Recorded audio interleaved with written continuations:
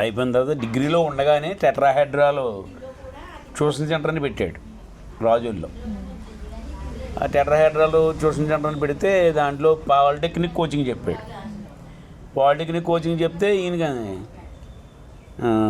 Second rank వచ్చింది. అది Aditya college Sesha Reddy గారి దృష్టిలో పడింది. ఇక మనం ఇంతంత కాలేజీలు పెట్టి ఉన్నాం, ఎవరో మామూలుగా చెప్తే సెకండ్ ర్యాంక్ వచ్చేసింది, ఆ అబ్బాయి ఎవరు మనకు కావాలి అని. అప్పటికి ఈయన గురువు గారు రాజుల కాలేజీలో రామ్మోహన్ రెడ్డి గారు అని ప్రిన్సిపాల్ చేసేవారు. ఆయన అప్పుడు ఆ కాలేజీలో ప్రిన్సిపాల్ చేస్తున్నారు, ఆదిత్య కాలేజీలో.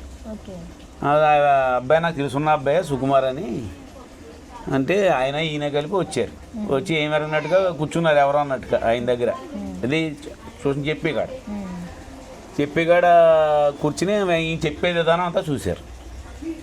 చూసినది అందరూ పిల్లలంతా వెళ్ళిపోయిన తర్వాత వాళ్ళ గురువు గారు ఎటువంటి సంగతి ఆదిత్య కాలేజీ నుంచి శేషారెడ్డి గారు వచ్చారు, నువ్వు కాలేజీకి కావాలంటున్నారు అంటే అబ్బాయి నేను రాను, నా పిల్లలు చాలామంది నా మీద ఆధారపడి ఉన్నారు, పిల్లల్ని వదిలిపెట్టి రానంటే వాళ్ళ గురువు గారు అలా కాదు ఇక్కడే ఉండిపోతావు, ఇక్కడ చెప్తే నువ్వు అక్కడికి వస్తే నీ విధానం అంతా వేరే ఉంటుంది, నీకు ఇటు వెళ్ళాలంటే దారి దొరుకుతుంది, నువ్వు ఇక్కడ చెప్తావు అన్నమాట ఇక్కడే ఉండిపోతావు తప్ప ముందుకెళ్ళటా కొంచెం అవకాశం తక్కువ ఉంటుంది అని అంటే వాళ్ళ గురువు గారు మాట ఇచ్చుకుని అప్పుడు టెట్రాహెడ్రల్స్ అని ఇది వదిలేసి ఆదిత్య కాలేజీకి వెళ్ళారు.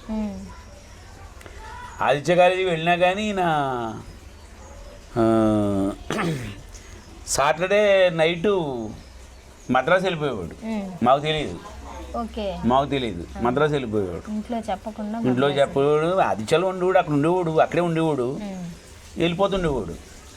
ఆ తర్వాత కొంతకాలానికి అలా మద్రాసు శనివారం నైట్ వెళ్ళిపోవటం, మళ్ళీ ఆదివారం అంతా అక్కడ ఉండడం, సినిమా ఫీల్డ్లో కలుసుకోవడం, ఆదివారం సాయంత్రం మళ్ళీ చెన్నైలో ట్రైన్ ఎక్కడం, మళ్ళీ కాకినాడ దిగిపోవడం. ఇలా ఒక 2 years జరిగింది.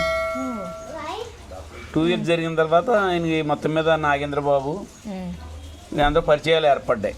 ఆకుడు సుబ్బారావు గారిని రచయిత ఉండేవారు, ఆయన అందరూ పరిచయాలు ఏర్పడ్డాయి. పరిచయాలు ఏర్పడిన తర్వాత ఒక నైట్ వచ్చాడు అక్కడికి మా నాన్నగారి దగ్గరికి.